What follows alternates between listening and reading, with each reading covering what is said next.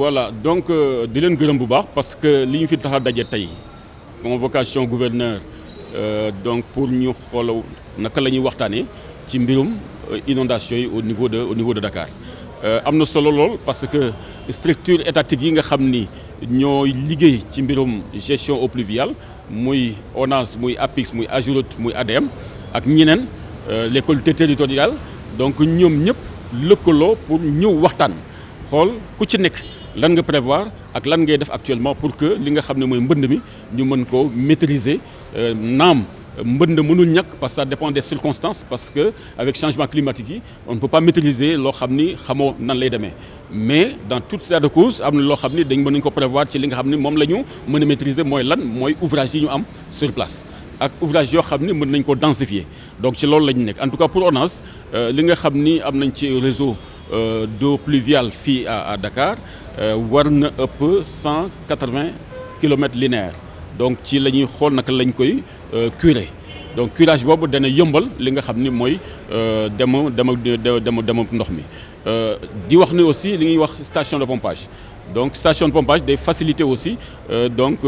évacuation li nga xam ne mooy ndoxu taw bi kooku aussi il faut que ñu entretenir ko donc liggéey yi commencé na ak des prestataires loolu aussi su matee rek da nga xam ne li nga xam ne mooy ouvrage yi nga xam ni existe déjà dana mën a def seen liggéey bu baax mooy drainer li nga xam ni mooy ndoxu taw bi di wax ni rek en dehors de curage bi ak entretien station de pompage yi ñu ngi liggéey ci toujours accompagnement État du Sénégal à travers le président de la République donc certains points comme par exemple Parcelles Assainies unité bu ñuy wax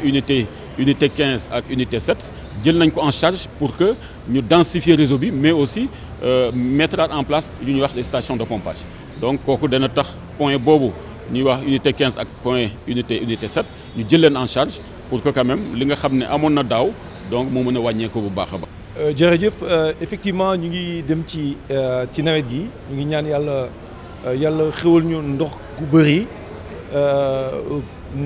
moo xam ne aussi du andi loraange ci askan wi. ci loolu APIX ONAS ADM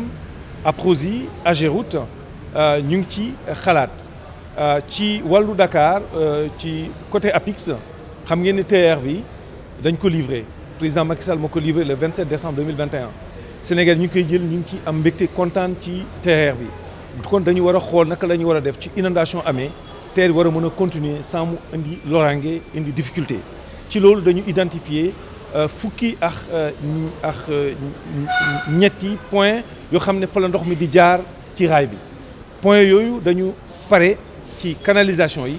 pare ci station de pompage yi dañ koy jox ONAS moo xam ne moom moo am xarañte mu am compétence ONAS gérer ñu ko parce que moo ñu ko gérer woon daaw te amuñ ci benn problème ci loolu aussi dama war a rappeler dañu war a am relation ak les communes parce que canaux yoo xam ne fa la ndox mi di jaar war a dem géej il faut ñu curer ko buñ ko curer wul li ñu mënta def ci suñu ay chantier ndox mi day delluwaat ci kër yi donc dinañu jàppale mairie yi ONAS APIX et les préfets jox leen ay moyens jàppale leen pour ñu mën a curer canaux yi liñ ci waroon sànni ci ay objets ñu jëlee ko foofu ndox mi war a mën a wàll dem géej loolu mooy les réponses yoo xam ne moom la ñuy indi ci chantier yoo xam ne pare nañ ko. je pense que li ñu def tey impliqué population yi li ñu defagum daaw ba ren dolli ko ci li ñu defoon am nañu yaakaar ne du am problème waaye nañ ko surveiller ku nekk na am ses responsabilités loolu laa amoon li may wax les structures de l'État sont engagées. Le gouverneur et les préfets sont engagés, les communes sont engagées. Ensemble, nous allons mettre en place les moyens nécessaires pour passer l'hivernage, en tout cas dans la région de Dakar, en toute sécurité. Et ONAS gère les problématiques au niveau national. Nous avons confiance que ça se passera très bien.